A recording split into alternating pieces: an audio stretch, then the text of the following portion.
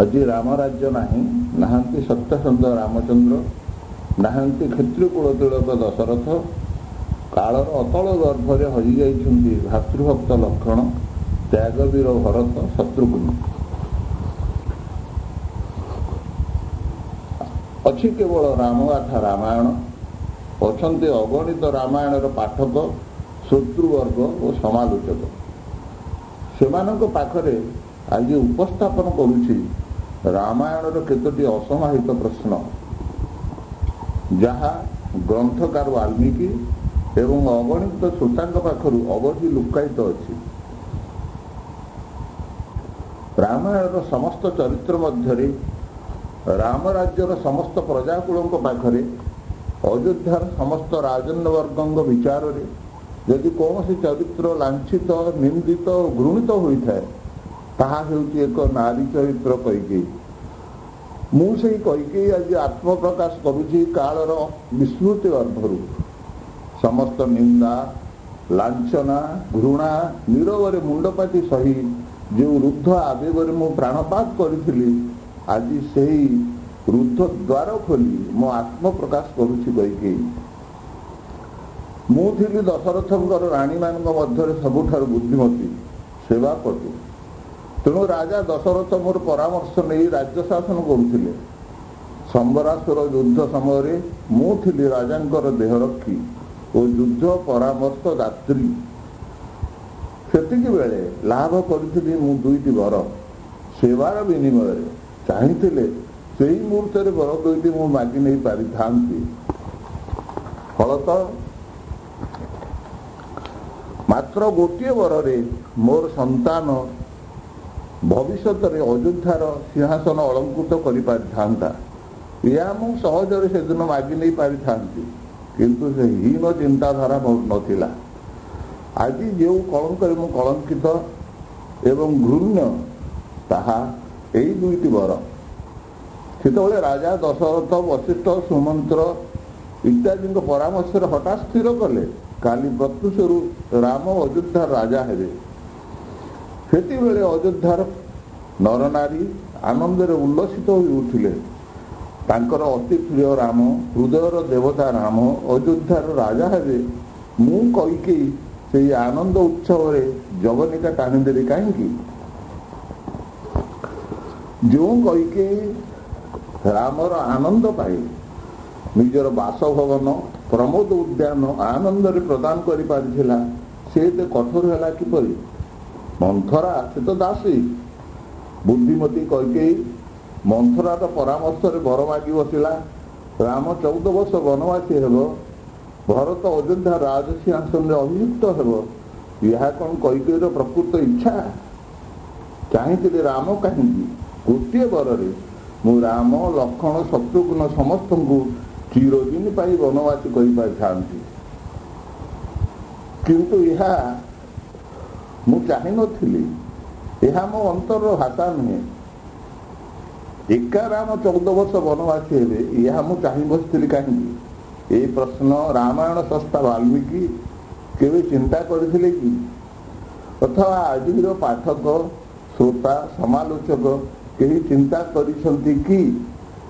ତେଣୁ ମୁଁ ଆଜି କୈକେୟୀ ମୋ ରୁଦ୍ଧ ଦ୍ୱାର ଖୋଲି କହୁଛି ଏକ ଅସମାହିତ ପ୍ରଶ୍ନର ସମାଧାନ, ଯାହା ଏପର୍ଯ୍ୟନ୍ତ କେହି ଜାଣିନାହାନ୍ତି। ସେଦିନ ଏକ ଶାନ୍ତ ମଧୁର ସନ୍ଧ୍ୟାରେ ରାଜା ଦଶରଥ, ବଶିଷ୍ଠ, ସୁମନ୍ତ୍ର, ଜାବାଳି, ବାମଦେବ ଇତ୍ୟାଦି ରାଜନ୍ୟବର୍ଗଙ୍କ ପରାମର୍ଶ ନେଇ ହଠାତ୍ ସ୍ଥିର କଲେ ପରଦିନ ପ୍ରତ୍ୟୁଷରୁ ରାମ ଅଯୋଧ୍ୟାର ପବିତ୍ର ସିଂହାସନ ଅଳଙ୍କୃତ କରିବେ। ଏ ବାର୍ତ୍ତା ପ୍ରଚାରିତ ହେଲା ସମଗ୍ର ଅଯୋଧ୍ୟାରେ। ଆନନ୍ଦରେ ଉଲ୍ଲସିତ ହୋଇ ଉଠିଲେ ପ୍ରଜାକୁଳ। ଅବଶ୍ୟ ଏ ସମ୍ବାଦ ମୁଁ ମନ୍ଥରା ଠାରୁ ପାଇଛି। ପ୍ରଥମେ ଖୁବ୍ ଆନନ୍ଦିତ ହୋଇଛି, ମୋ ରାମ ରାଜା ହେବ। କିନ୍ତୁ ପର ମୁହୂର୍ତ୍ତରେ ମୋର ବିବେକ ଦଂଶନ କଲା।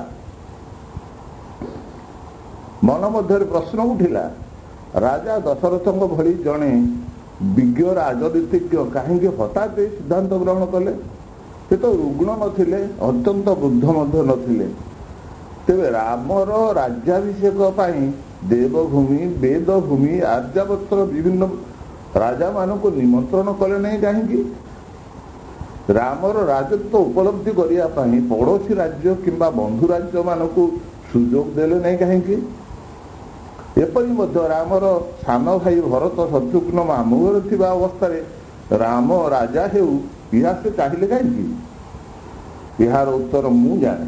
ମୋ ବ୍ୟତୀତ ରାମାୟଣର କୌଣସି ଚରିତ୍ର ଏପରିକି ସ୍ରଷ୍ଟା ବାଲ୍ମୀକି ଦଶରଥଙ୍କର ଏହି ସିଦ୍ଧାନ୍ତର କାରଣ ଜାଣିନାହାନ୍ତି। ସେତେବେଳେ ଥିଲା ଦୁଇଟି ଆଦର୍ଶ ମଧ୍ୟରେ ପ୍ରତିଦ୍ୱନ୍ଦିତା, ଏକ ବଶିଷ୍ଠଙ୍କ ଆଦର୍ଶ ଓ ଅନ୍ୟଟି ବିଶ୍ୱାମିତ୍ରଙ୍କ ଆଦର୍ଶ। ଦଶରଥ ଥିଲେ ବଶିଷ୍ଠ ପନ୍ଥୀ, କିନ୍ତୁ ବିଶ୍ୱାମିତ୍ରଙ୍କୁ ଖୁବ୍ ଭୟ କରୁଥିଲେ। ଭରତ ଶତ୍ରୁଘ୍ନ ମାମୁଁ ଘରେ ଥିଲାବେଳେ ବିଶ୍ୱାମିତ୍ର ବାରମ୍ବାର ସେଠାକୁ ଯାଉଥିଲେ। ତେଣୁ ରାମାଭିଷେକ ଏକ ନିରାଡମ୍ବର ପରିବେଶ ମଧ୍ୟରେ ହେବା ପାଇଁ ହଠାତ୍ ରାଜା ସ୍ଥିର କଲେ। ଏହା କେହି ଜାଣି ନ ପାରିଲେ ମଧ୍ୟ ମୁଁ ଜାଣିଥିଲି। ତେଣୁ ଏ ସନ୍ଦେହରୁ ଭରତକୁ ମୁକ୍ତ କରିବା ପାଇଁ ମୁଁ ମାତା କୈକେୟୀ ମାଗି ବସିଥିଲି ଦୁଇଟି ବର। ତ୍ୟାଗ ସେହି ବ୍ୟକ୍ତି କରିପାରେ ଯାହାର ପ୍ରାଚୁର୍ଯ୍ୟ ଅଛି। ଜଣେ ବୁଭୁକ୍ଷୁ ଖାଦ୍ୟ ନ ପାଇ ଖାଦ୍ୟ ତ୍ୟାଗ କଲି ବୋଲି କହିବାର ଯଥାର୍ଥତା କିଛି ନାହିଁ। ତେଣୁ ମୁଁ ଚାହିଁଥିଲି ଭରତକୁ ରାଜା ହେବାର ପ୍ରଲୋଭନ ଦେଖାଇ ତ୍ୟାଗର ପ୍ରକୃତ ମହତ୍ଵ ପ୍ରତିପାଦନ କରିବା। ଏହା ହିଁ ଯଦି ମୁଁ କରିନଥାନ୍ତି ତେବେ ଭରତ ଚିରଦିନ ପାଇଁ ସନ୍ଦେହ ମଧ୍ୟରେ ରହିଯାଇଥାନ୍ତା। ତେଣୁ ମୁଁ ଚାହିଁଥିଲି ରାମ ବନବାସୀ ହୁଅନ୍ତୁ, ତା ନହେଲେ ରାଜଗାଦୀର ଲୋଭ ମଧ୍ୟକୁ ଭରତକୁ ଟାଣି ପାରିନଥାନ୍ତି। ପରନ୍ତୁ ଯଦିବା ରାମ ପରଦିନ ପ୍ରତ୍ୟୁଷରୁ ଅଯୋଧ୍ୟାର ସିଂହାସନରେ ଅଭିଷିକ୍ତ ହୋଇଥାନ୍ତେ ତେବେ ସେ ସତ୍ୟସନ୍ଧ ପୁରୁଷୋତ୍ତମ ପ୍ରଜାନୁରଞ୍ଜନ ରାବଣାଦି ରାମଚନ୍ଦ୍ର ହୋଇପାରିଥାନ୍ତେ ତ? ଅଯୋଧ୍ୟାର ପୂତ ପବିତ୍ର ସିଂହାସନରେ ଅଧିରୂଢ଼ ହେବା ପୂର୍ବରୁ ମୋ ରାମ, ମୋ ପ୍ରାଣର ରାମ ଋଷି ମୁନିମାନଙ୍କ ଗହଣରେ ସାତ୍ତ୍ୱିକ ଜୀବନର ବାସ୍ତବତା ଏବଂ ରାଜ୍ୟର ଦରିଦ୍ରତମ ପ୍ରଜାର ବାସ୍ତବ ଜୀବନ ଉପଲବ୍ଧି କରୁ, ଏହା ହିଁ ଥିଲା ମୋର ଇଚ୍ଛା। ଯେତେବେଳେ ଋଷିମୁନି ମାନଙ୍କର ତପଶ୍ଚରଣ ପ୍ରଜାକୁଳଙ୍କର ସହଜ ସରଳ ଜୀବନ ଆସୁରୀ ପ୍ରଭାବରେ କ୍ଷତବିକ୍ଷତ ହେଉଥିଲା, ସ୍ୱର୍ଗ ମର୍ତ୍ତ୍ୟ ପାତାଳ ତିନିପୁର ଯେତେବେଳେ ରାବଣର ଅତ୍ୟାଚାରରେ ତ୍ରାହି ତ୍ରାହି ଡାକ ଛାଡୁଥିଲା, ସେତେବେଳେ ନରପୁଙ୍ଗବ ରାମଚନ୍ଦ୍ର ନିଜ କର୍ତ୍ତବ୍ୟ ଭୁଲି ଅଯୋଧ୍ୟାରେ ରାଜସିଂହାସନ ଆରୋହଣ କରି ସମ୍ଭୋଗ ମଧ୍ୟରେ ବୁଡ଼ି ରହିଲେ, ଏହା ମୋର ମାତୃହୃଦୟ ଗ୍ରହଣ କରିପାରିଲା ନାହିଁ। ତେଣୁ ମୁଁ ହେଲି ରାମାୟଣର ଏକ ସ୍ୱେଚ୍ଛାଚାରୀ କଳଙ୍କିତ ଚରିତ୍ର। ମୁଁ ଆଜି ମାତା କୈକେୟୀ ଅତୀତର ପୁଞ୍ଜୀଭୂତ ଆବେଗର ଦ୍ୱାର ଖୋଲି କହୁଛି ମୋ ହୃଦୟର କଥା। ମୋ ପ୍ରାଣର ରାମ ବନବାସୀ ହେଲା, ପ୍ରିୟତମା ବଧୂ ସୀତା ତାର ଅନୁଗମନ କଲା, ପ୍ରିୟପୁତ୍ର ଲକ୍ଷ୍ମଣ ସେମାନଙ୍କ ସହିତ ତପସ୍ୱୀ ବେଶରେ ଭାତୃ ସେବାର ସଂକଳ୍ପ ନେଲା, ସ୍ୱାମୀ ଦଶରଥ ପୁତ୍ର ବିଚ୍ଛେଦରେ ପ୍ରାଣପାତ କଲେ। ବିଶ୍ୱ କହିଲା ଏ ଦୁର୍ଦିନ ପାଇଁ ହୃଦୟହୀନା ବିମାତା କୈକେୟୀ ଏକମାତ୍ର ଦାୟୀ। କିନ୍ତୁ କେହି କୈକେୟୀର ହୃଦୟ କଥା ବୁଝିଲେ ନାହିଁ। ମୁଁ ଯେ ରୁଦ୍ଧ ଦ୍ୱାର ମଧ୍ୟରେ ରହି ହୃଦୟରେ କି ଯନ୍ତ୍ରଣା ଅନୁଭବ କରିଛି, କେତେ ଯେ ଅଶ୍ରୁ ବିସର୍ଜନ କରିଛି, ତାହା ମୋ ବ୍ୟତୀତ କେହି ଜାଣେ ନାହିଁ। ଆଜି ମୁଁ କୈକେୟୀ କହୁଛି, ଆପଣମାନେ ରାମାୟଣର ପାଠକ, ଶ୍ରୋତା, ସମାଲୋଚକ ବିଚାର କରନ୍ତୁ। କୌଶଲ୍ୟା ରାମଚନ୍ଦ୍ରଙ୍କର ଗର୍ଭଧାରିଣୀ ହୋଇପାରନ୍ତି, ଦଶରଥ ରାମଚନ୍ଦ୍ରଙ୍କର ଜନକ ହୋଇପାରନ୍ତି, କିନ୍ତୁ ରାମାୟଣର ତ୍ୟାଗପୁତ ସପ୍ତସନ୍ଧ ପୁରୁଷୋତ୍ତମ ପ୍ରଜାନୁରଞ୍ଜନ ରାବଣାଦି ରାମଚନ୍ଦ୍ରଙ୍କର ମାତା କିଏ? କୌଶଲ୍ୟା କିମ୍ବା କୈକେୟୀ? ମର୍ଯ୍ୟାଦା ପୁରୁଷୋତ୍ତମ ରାମଚନ୍ଦ୍ର। ପବିତ୍ର ସରଜ କୂଳର ଏକ ମ୍ଳାନ ସନ୍ଧ୍ୟା, ଅସ୍ତଗାମୀ ସୂର୍ଯ୍ୟ ବକ୍ଷରେ କାଳିମାର ପ୍ରଲେପ, ସ୍ଥିର ସାନ୍ଧ୍ୟ ସମୀରଣ, ନିସ୍ତରଙ୍ଗ ସରଜୁର ଜଳରାଶି, ସ୍ତବ୍ଧ ମୁନିକଣ୍ଠର ବେଦଧ୍ୱନି, ବିହଙ୍ଗର କାକଳି, ଗୋଷ୍ଠ ବାହୁଡ଼ା ବେଣୁର ମୂର୍ଚ୍ଛନା, ନିଷ୍ପନ୍ଦ ପ୍ରକୃତି। ଏକ ପ୍ରସ୍ତର ଖଣ୍ଡ ମଣ୍ଡନ କରି ସ୍ଥିର ଦୃଷ୍ଟିରେ ସୁଦୂର ଦିଗ୍ବଳୟ ଆଡ଼େ ଚାହିଁ ରହିଥିଲେ ରଘୁକୁଳ ତିଳକ ପ୍ରଭୁ ରାମଚନ୍ଦ୍ର। ଜୀବନର ସ୍ପନ୍ଦନ ନାହିଁ, ପ୍ରାଣରେ ଆବେଗ ନାହିଁ, ସ୍କନ୍ଦଚ୍ୟୁତ ଚୁଡ଼ିର କାର୍ମୁକ, ଗଣ୍ଡ ଦେଶରେ କାଳିମାର ରେଖା, ଜୀବନ ପାତ୍ର ଯେପରି ନିଃଶେଷ ହୋଇ ଆସୁଛି ପିୟୁଷର ଧାରା। ଜୀବନର ସମସ୍ତ କାରଣ ଲୀନ ହୋଇ ଆସୁଛି ପରମ କାରୁଣିକଙ୍କ ଠାରେ। ଅଦ୍ଭୁତ ଏ ସୃଷ୍ଟି ଆଉ ସ୍ରଷ୍ଟାର ମିଳନ। ଧୀର ପଦକ୍ଷେପରେ ପ୍ରବେଶ କଲେ ମହର୍ଷି ବାଲ୍ମୀକି। କ୍ଳାନ୍ତ ଶ୍ରାନ୍ତ ବଦନ ସରୋଜ ଅବଲୋକନ କରି ପ୍ରଭୁଙ୍କର ଧ୍ୟାନମଗ୍ନ କଲେ। ଦୃଷ୍ଟି ଫେରାଇଲେ ରାଘବ। ଭାରାକ୍ରାନ୍ତ ହୃଦୟରେ ପ୍ରଶ୍ନ କଲେ ମହର୍ଷି ବାଲ୍ମୀକି, ଆପଣଙ୍କ ଚରିତ୍ର ରାମାୟଣ ଗ୍ରନ୍ଥରେ ଲିପିବଦ୍ଧ କଲାବେଳେ କେତେକ ସନ୍ଦେହ ମନ ଭିତରେ ଉଦ୍ରେକ ହୁଏ।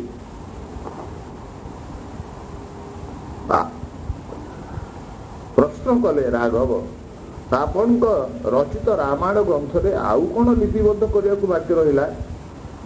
ପତି ପ୍ରାଣା ଜାନକୀ ଅଭିମାନରେ ବିଦାୟ ନେଲେ। ବନବାସର ସମସ୍ତ କଷ୍ଟ ଆଦରି ନେଇ ରାବଣ ଗୃହରେ ଦୀର୍ଘ ବନ୍ଦିନୀ ଜୀବନ ସହ୍ୟ କରି ଅଯୋଧ୍ୟାକୁ ଫେରିଥିଲେ ଅନେକ ସୁଖ ସ୍ୱପ୍ନ ନେଇ। ଅନ୍ତଃସତ୍ତ୍ୱ ଜାନକୀଙ୍କୁ ପତି ବଦଳରେ ମିଳିଲା ନିର୍ବାସନ ଦଣ୍ଡ। ରାଜର୍ଷି ଜନକଙ୍କର ଅଲିଅଳି କନ୍ୟା, ଧାର୍ମିକ ବୀରଶ୍ରେଷ୍ଠ ଦଶରଥଙ୍କର ଜ୍ୟେଷ୍ଠ ବଧୂ, ପୁରୁଷୋତ୍ତମ ରାମଚନ୍ଦ୍ରଙ୍କର ଅର୍ଦ୍ଧାଙ୍ଗିନୀ, ଭାଗ୍ୟର କି ବିଡ଼ମ୍ବନା।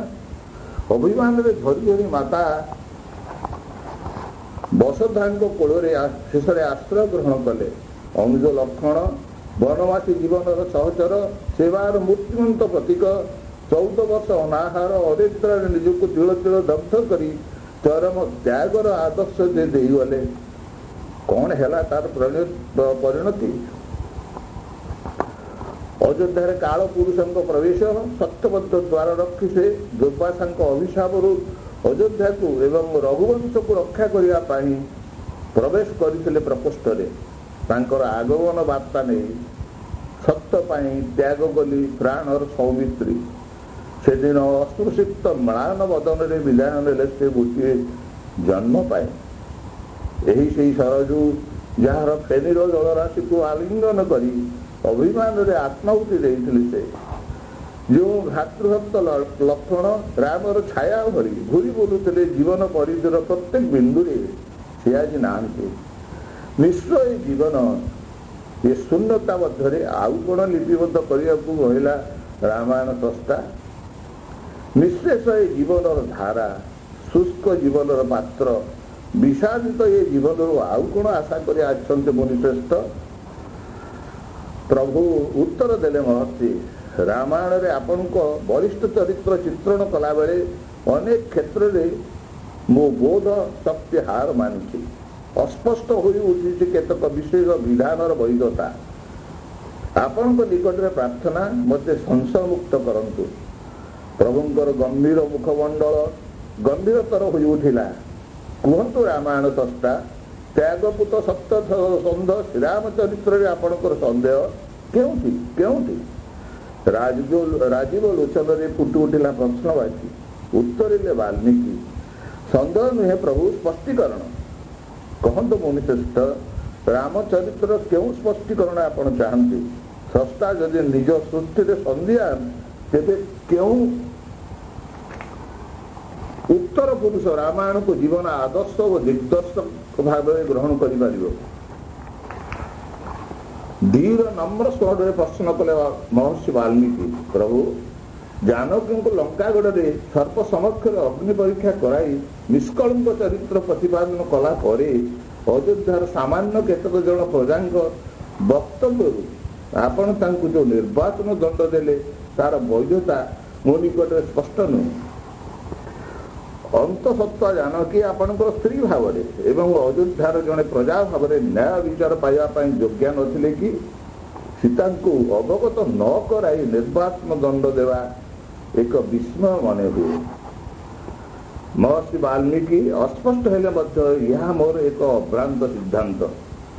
ଅଯୋଧ୍ୟାର ପୂତ ପବିତ୍ର ସିଂହାସନ ଆରୋହଣ କରିବା ପୂର୍ବରୁ ସାଧାରଣ ଜୀବନର ଧାରା, ପ୍ରଜାକୁଳଙ୍କର ବାସ୍ତବ ଅଭାବ ଅଭିଯୋଗ ତଥା ଅତ୍ୟାଚାରୀ ଶକ୍ତି କବଳରୁ ସରଳ ସହଜ ଜୀବନକୁ ରକ୍ଷା କରିବାର ଶକ୍ତି ଆହରଣ କରିବା ପାଇଁ ମୋର 14 ବର୍ଷର ସାଧନା। ମୁଁ ଚାହିଁଥିଲି ମୋ ସନ୍ତାନ ଏ ବଂଶର ଉତ୍ତରଦାୟକ ଋଷି ଆଶ୍ରମରେ ଜନ୍ମଗ୍ରହଣ କରୁ। ଋଷି କୁମାର ମାନଙ୍କର ତ୍ୟାଗପୂତ ଜୀବନ, ଆଦର୍ଶ ଚରିତ୍ର, ସତ୍ତା ପରିପୋଷକ କର୍ମ, ଶିକ୍ଷା ଓ ଦୀକ୍ଷା ଅଯୋଧ୍ୟାର ରାଜକୁମାରଙ୍କ ଜୀବନଧାରାକୁ ପୁଷ୍ଟ କରୁ। ଏହା ହିଁ ମୋର ଅନ୍ତରର ସିଦ୍ଧାନ୍ତ। ସାମାନ୍ୟ କେତେଜଣ ପ୍ରଜାଙ୍କର ବିଚାରକୁ ଗ୍ରହଣ କରି ମୁଁ ସତୀ ସାଧ୍ୱୀ ଜାନକୀଙ୍କୁ ନିର୍ବାସନ ଦେଇନଥିଲି। ମୋ ବିଚାରରେ ଅଯୋଧ୍ୟା ସିଂହାସନ ଦାୟାଦ ବୀରଶ୍ରେଷ୍ଠ ସତ୍ୟସନ୍ଧ ହୁଅନ୍ତୁ ଏବଂ ମୋ ଠାରୁ ବଳଶାଳୀ ହେବାର ଯୋଗ୍ୟତା ଅର୍ଜନ କରନ୍ତୁ। ଫଳତଃ ପ୍ରଜାକୁଳ ରାମଚନ୍ଦ୍ରଙ୍କର ବିୟୋଗରେ ମଧ୍ୟ ଆଶ୍ରୟହୀନ ହେବେ ନାହିଁ। ଏହି ଅଭ୍ରାନ୍ତ ସିଦ୍ଧାନ୍ତ ଆଜି ଫଳପ୍ରସୂ ହୋଇଛି। ଅଶ୍ୱମେଧ ଯଜ୍ଞର ପ୍ରାକ୍କାଳରେ ମୋତେ ଏବଂ ମୋର ଭ୍ରାତାମାନଙ୍କୁ ପରାସ୍ତ କରି ଶ୍ରେଷ୍ଠତ୍ୱ ପ୍ରତିପାଦନ କରିଛନ୍ତି ଲବ ଓ କୁଶ। ନମ୍ରତାର ସହିତ ଦ୍ୱିତୀୟ ପ୍ରଶ୍ନର ଅବତାରଣା କଲେ ବାଲ୍ମୀକି। ପ୍ରଭୁ, ତପସ୍ୟାରତ ଶୂଦ୍ରମଣି ସମ୍ମୁଖକୁ ନିର୍ମମ ଭାବେ ଆପଣ ହତ୍ୟା କଲେ କାହିଁକି? ତପସ୍ୟାରଣ କ'ଣ ଏକ ଅପରାଧ? ଉତ୍ତର ଦେଲେ କାରୁଣିକ ପ୍ରଭୁ ଦାଶରଥୀ, ମୋର ଜନ୍ମ ଧର୍ମ ସଂସ୍ଥାପନ ପାଇଁ। ଧର୍ମ ଜୀବନର ଭିତ୍ତିଭୂମି।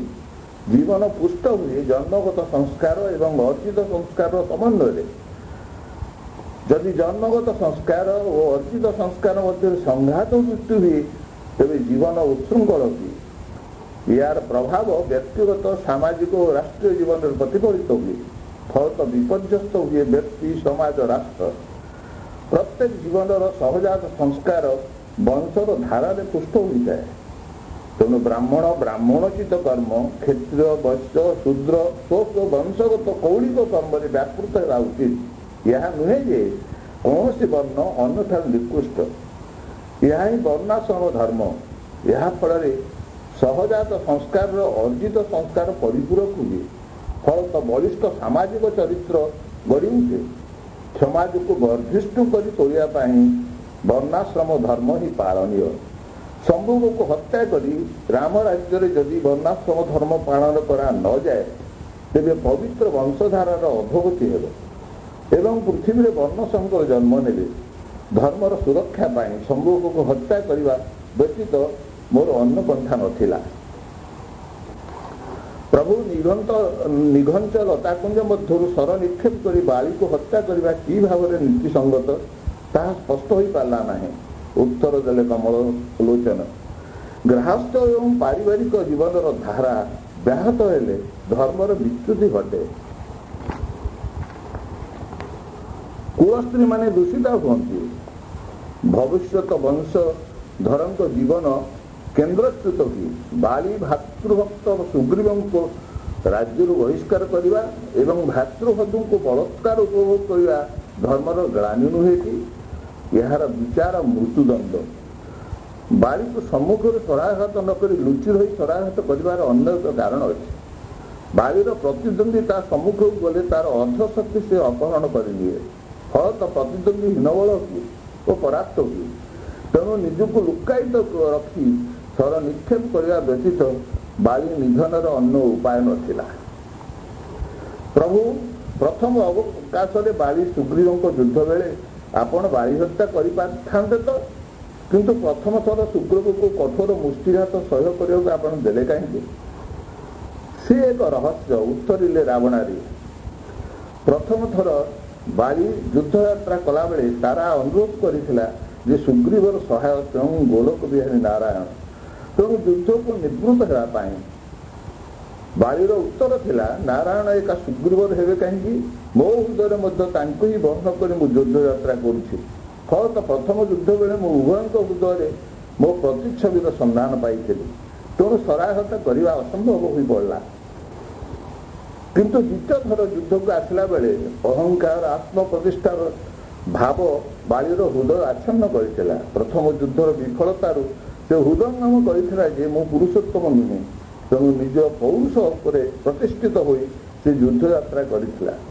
ଫଳରେ ଶରାଘାତ କରି ହତ୍ୟା କରିବା ମୋ ପକ୍ଷରେ ସହଜ ହେଲା। ପରବର୍ତ୍ତୀ ପ୍ରଶ୍ନର ଅବତାରଣା କଲେ ମୁନିଶ୍ରେଷ୍ଠ। ପ୍ରଭୁ, ବନବାସ ସମୟରେ ଦଣ୍ଡକାରଣ୍ୟରେ ମୁନିମାନେ ଆପଣଙ୍କ ମନୋରମ ରମଣୀୟ ରୂପ ସଂଦର୍ଶନରେ ମୁକ୍ତ ହୋଇ ଭ୍ରମବଶତଃ ନିଜକୁ ନାରୀ ବେଶରେ କଳ୍ପନା କରି ଜଟା ଗୁଡ଼ିକ ବେଣୀ ବାନ୍ଧିବା ଆରମ୍ଭ କଲେ ଏବଂ ନିଜର ବକ୍ଷ ଆବୃତ କରିବାକୁ ଚେଷ୍ଟା କଲେ। ଏ ଭ୍ରମ ଅବଲୋକନ କରି ଆପଣ ସେମାନଙ୍କୁ ବରଦାନ ପ୍ରଦାନ କଲେ ଯେ ଦ୍ୱାପର ଯୁଗରେ ସେମାନେ ଗୋପୀ ଜନ୍ମ ନେବେ ଏବଂ ଆପଣ ଗୋପୀ ବଲ୍ଲଭ ଶ୍ରୀକୃଷ୍ଣ ରୂପରେ ସେମାନଙ୍କର ମନମୋହନ କରିବେ। କହନ୍ତୁ ପ୍ରଭୁ, ଶୂର୍ପଣଖା ଜଣେ ନାରୀ, ବିଧବା ମଧ୍ୟ। ଆପଣଙ୍କ ମୁନି ମନଲୋଭା ରୂପରେ ମୁଗ୍ଧ ହୋଇ ପ୍ରଣୟ ପ୍ରାର୍ଥୀ ହେବା ଅସଙ୍ଗତ ନୁହେଁ। ଯେ ରୂପରେ ଋଷି ମୁନି ମାନଙ୍କର ମତିଭ୍ରମ ହୁଏ, ସେ ରୂପରେ ଜଣେ ସାଧାରଣ ନାରୀ ଶୋଭିତ ହୋଇ ପ୍ରଣୟ ପ୍ରାର୍ଥୀ ହେବା କେଉଁ ଭାବରେ ଅସ୍ୱାଭାବିକ ଓ ଅସଙ୍ଗତ। ଏହାର ଦଣ୍ଡ ସ୍ୱରୂପ ଆପଣ ଅନୁଜ ଲକ୍ଷଣଙ୍କ ଦ୍ୱାରା ନାସାକର୍ଣ୍ଣ ଛେଦନ କରିବା ନାରୀତ୍ୱର ଅମର୍ଯ୍ୟାଦା ନୁହେଁ କି? ମର୍ଯ୍ୟାଦା ପୁରୁଷୋତ୍ତମଙ୍କର ଏ ଆଚରଣର ବୈଧତା ମୋ ପାଖରେ ଅସ୍ପଷ୍ଟ। ଉତ୍ତର ଦେଲେ ଦାଶରଥୀ ମୁନିଶ୍ରେଷ୍ଠ, ଶୂର୍ପଣଖା ମୋ ପାଖକୁ ଯାହା ଚାହିଁଥିଲା ତାହା ପାଇବାର ସଂକେତ ଦେଇଥିଲି ମାତ୍ର। ପୁରୁଷୋତ୍ତମଙ୍କର ଅଦୟ କିଛି ନାହିଁ। ଶୂର୍ପଣଖା ଚାହିଁଥିଲା ମୋତେ ପତି ରୂପରେ ପାଇବା ପାଇଁ। ତା କର୍ଣ୍ଣ ଛେଦନ କରି ଏହି ସଂକେତ ଦେଲି ଯେ ମୋତେ ପାଇବାକୁ ହେଲେ କର୍ଣ୍ଣରେ ହରିନାମ ହରିକୀର୍ତ୍ତନ ଶ୍ରବଣ କରି ରାମନାମ ପ୍ରତି ଐକାନ୍ତିକ ଶ୍ରଦ୍ଧା ଓ ଭକ୍ତି ଜାଗ୍ରତ କରିବା। ତାର ନାସିକା ଛେଦନ କରି ଏ ପ୍ରକାର ସଂକେତ ପ୍ରଦାନ କରି ଯେ ଚକ୍ଷୁ ଦ୍ୱାରା ନାସିକାର ନିମ୍ନ ଭାଗରୁ ଫେରାଇ ଊର୍ଦ୍ଧ୍ୱଦୃଷ୍ଟି କରି ଆଜ୍ଞାଚକ୍ରରେ ମୋ ରୂପ ଧ୍ୟାନ କରିବା ଏବଂ ନାମ ଜପର ବେଗ ବୃଦ୍ଧି କରି ଧ୍ୟାନସ୍ଥ ହେବା। ଅବଶିଷ୍ଟ ଜୀବନ ତପସ୍ୟା କରି ବିତାଇଲେ ପରଜନ୍ମରେ ମୋତେ ପାଇବା ସମ୍ଭବ ହେବ। ଶୂର୍ପଣଖା ମୋର ଏ ସଂକେତର ଅର୍ଥ ବୁଝିଥିଲା। ଭାଇ ରାବଣଙ୍କୁ ମୋ ଆଗମନ ବାର୍ତ୍ତା ଦେବା ପରେ ପ୍ରୟାଗ ତୀର୍ଥରେ କଠୋର ତପସ୍ୟା କରି ମୋ ଭାବରେ ଦେହ ତ୍ୟାଗ କଲା। ଏହା ଫଳରେ ଦ୍ୱାପର ଯୁଗରେ ସେ କୁବୁଜା ରୂପେ ଜନ୍ମଗ୍ରହଣ କରିବ। ଯେତେବେଳେ ଭାଇ ବଳରାମଙ୍କ ସହିତ ମୁଁ କୁଷ୍ଠ ରୂପରେ ମଥୁରା ଦାଣ୍ଡରେ ଗୋପାଳ ପ୍ରଭୁଙ୍କ ସହିତ ଢଳି ଢଳି ଚାଲୁଥିଲି, ବାଙ୍କ ଚୂଳରେ କେକିପୁଚ୍ଛ ଦୋଳିତ ହେଉଥିବ, ବେଣୁବାଦନ ପୂର୍ବକ ଗୋପାଳ ପୁଅମାନେ କ୍ଷେମଟା ନୃତ୍ୟ କରୁଥିବେ, ସେତିକିବେଳେ କୁବୁଜା ମୋତେ ଭେଟିବ ଗନ୍ଧ ଚନ୍ଦନ ସମ୍ଭାର ନେଇ। ମନ ଭରି ମୋ ରୂପରେ ନୟନ ମନ ସାର୍ଥକ କରି ଆକୁତି ଜଣାଇବ ମୋ ମନୋରମ ରୂପ ସମ୍ଭାରକୁ ଟୋପି ଚନ୍ଦନରେ ଭୂଷିତ କରି କୃଷ୍ଣ ନାମ ସାର୍ଥକ କରିବା ପାଇଁ। ସେଦିନ ଆସିବ ଯେଉଁଦିନ ତାରି ଭକ୍ତିରେ ସନ୍ତୁଷ୍ଟ ହୋଇ କୁବ୍ଜରେ କର ପରଶି ଦେଇ ସୁନ୍ଦର ରୂପରେ ନୂତନ ଜନ୍ମ ଦେବି। ସେଦିନ ସେ ଚାହିଁ ବସିବ ମୋ ସୁନ୍ଦର ରୂପକୁ ଗୋଟିଏ ମାତ୍ର ରାତ୍ରି ଉପଭୋଗ କରିବା ପାଇଁ। କଂସର ମୃତ୍ୟୁ ପରେ ଗୋଟିଏ ରାତ୍ରି କୁବୁଜା ଉପଭୋଗ କରିବାର ସଂକଳ୍ପ ପୂର୍ଣ୍ଣ ହେବ। ତା ସହିତ ପୂର୍ଣ୍ଣ ହେବ ଶୂର୍ପଣଖାକୁ ଦେଇଥିବା ସଂକେତ।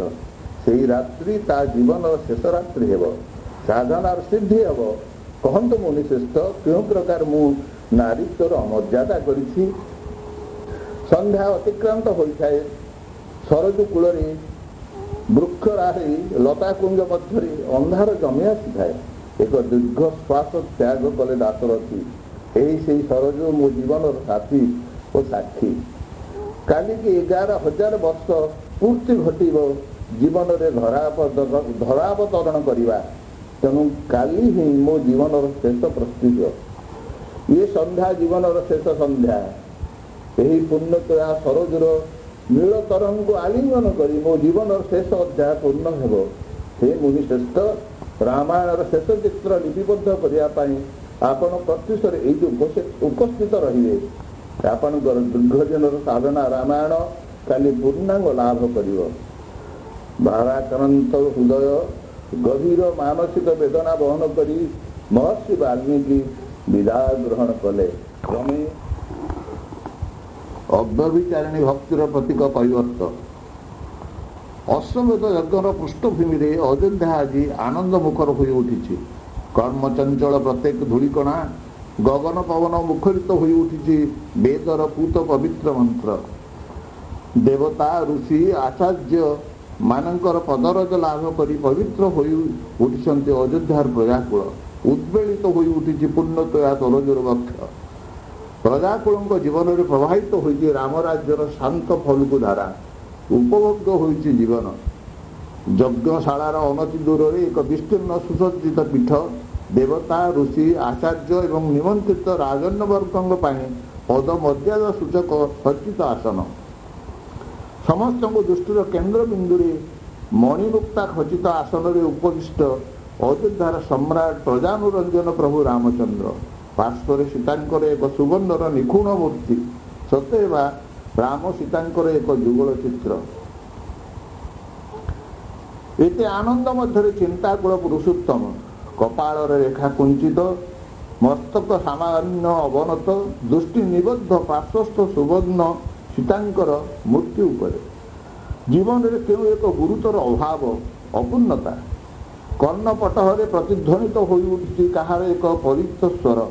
ଗୁମ୍ଫିର ବେଦନାର ଅବଗୁଣ୍ଠନ ତଳୁ ଫୁଟି ଉଠୁଛି କାହାର ଏକ ଅଶ୍ରୁଳ ଲପନ, ଯାହାଙ୍କୁ ସେଦିନ ବିନା ବିଚାରରେ କଳଙ୍କର ବୋଝ ନଦୀ ଦେଇ ନିର୍ବାସନ ଦଣ୍ଡ ଦେଇଥିଲେ। ବିନା ଆପତ୍ତିରେ, ବିନା ଅଭିଯୋଗରେ ଆଦର ନେଇଥିଲେ ସେ ସ୍ୱାମୀଙ୍କର ନିର୍ମମ ଆଦେଶ।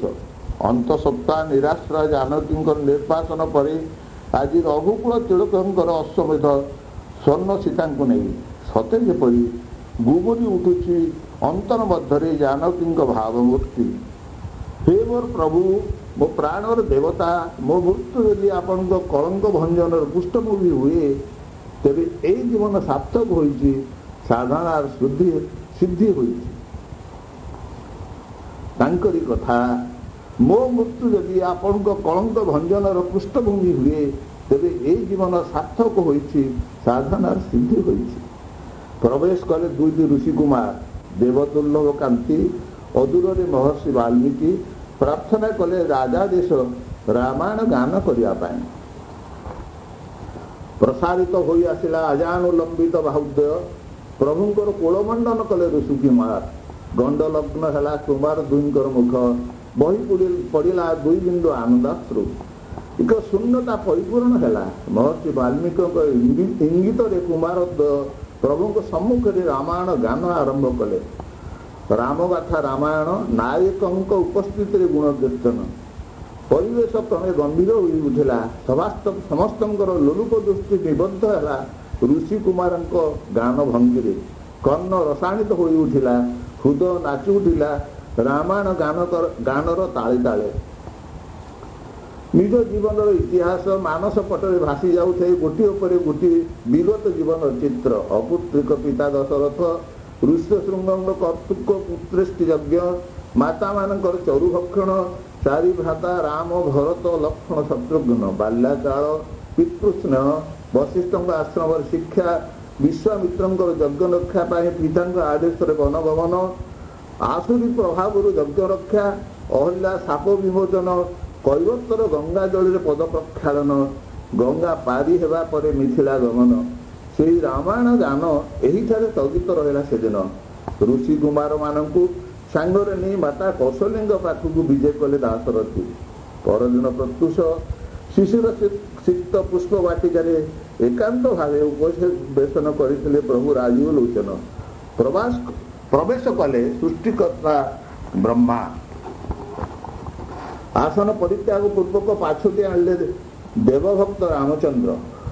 ଉପବେଶନ ପରେ ସୃଷ୍ଟିକର୍ତ୍ତା ବ୍ରହ୍ମା ନିବେଦନ କଲେ, ପ୍ରଭୁ ଆପଣ ଭୁଲିଗଲେ ସେଦିନର ସେଇ ଆକୃତି, ଯେଉଁଦିନ ଦାନବୀର ବଳିଦ୍ୱାରରେ ବାମନ ରୂପେ ଭିକ୍ଷା ମାରି ଯାଇଥିଲେ।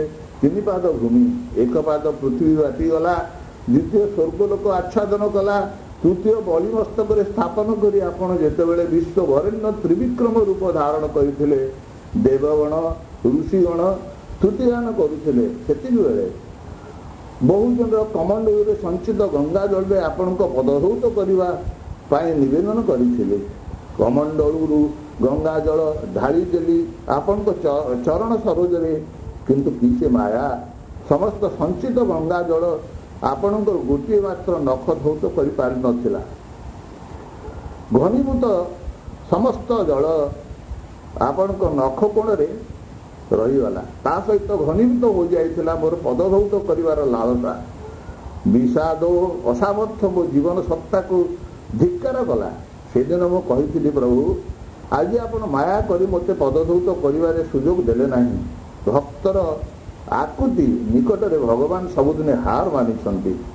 ଏମିତି ଏକ ସୁଦିନ ଭବିଷ୍ୟତରେ ଆସିବ, ଯେଉଁଦିନ ଆପଣ ବାଧ୍ୟ ହେବେ ପଦ ବଢ଼ାଇ ଦେବାକୁ ଏବଂ ମୁଁ ଗଙ୍ଗା ଜଳରେ ସେଇ ଚରଣ ସରୋଜ ପ୍ରକ୍ଷାଳନ କରିବି, ଆକଣ୍ଠ ଚରଣାମୃତ ପାନ କରିବି, କେହି ପ୍ରତିଦ୍ୱନ୍ଦ୍ୱୀ ନଥିବେ।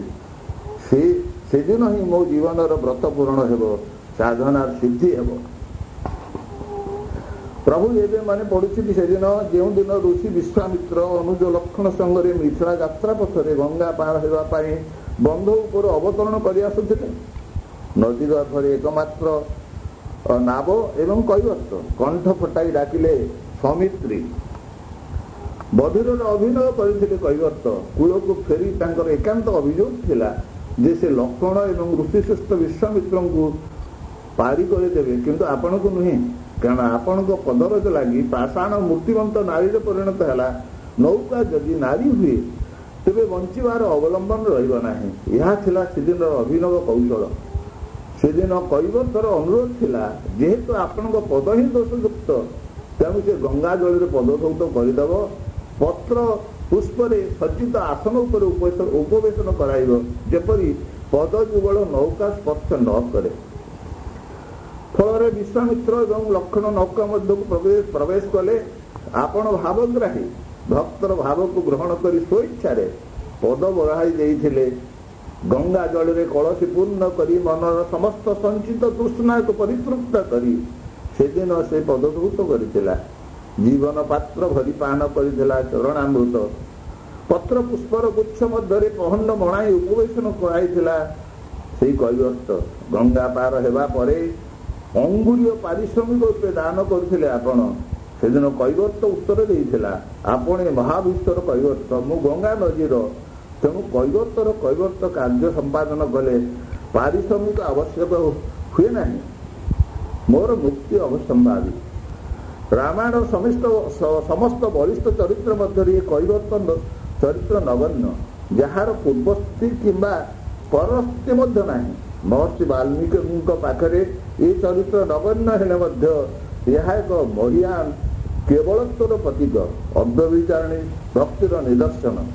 ତାହା ରାମାୟଣ ସ୍ରଷ୍ଟାଙ୍କ ଚିନ୍ତାଧାରାରୁ ଏଡ଼ାଇ ଯାଇଛି। ଗତକାଲିର ରାମାୟଣ ଶ୍ରବଣ କରି ମୋର ଏହା ହିଁ ହୃଦବୋଧ ହେଲା। ଏବେ ମୁଁ ମୋର ଆତ୍ମପ୍ରକାଶ କରୁଛି, ମୁଁ ସେଇ କୈବର୍ତ୍ତ।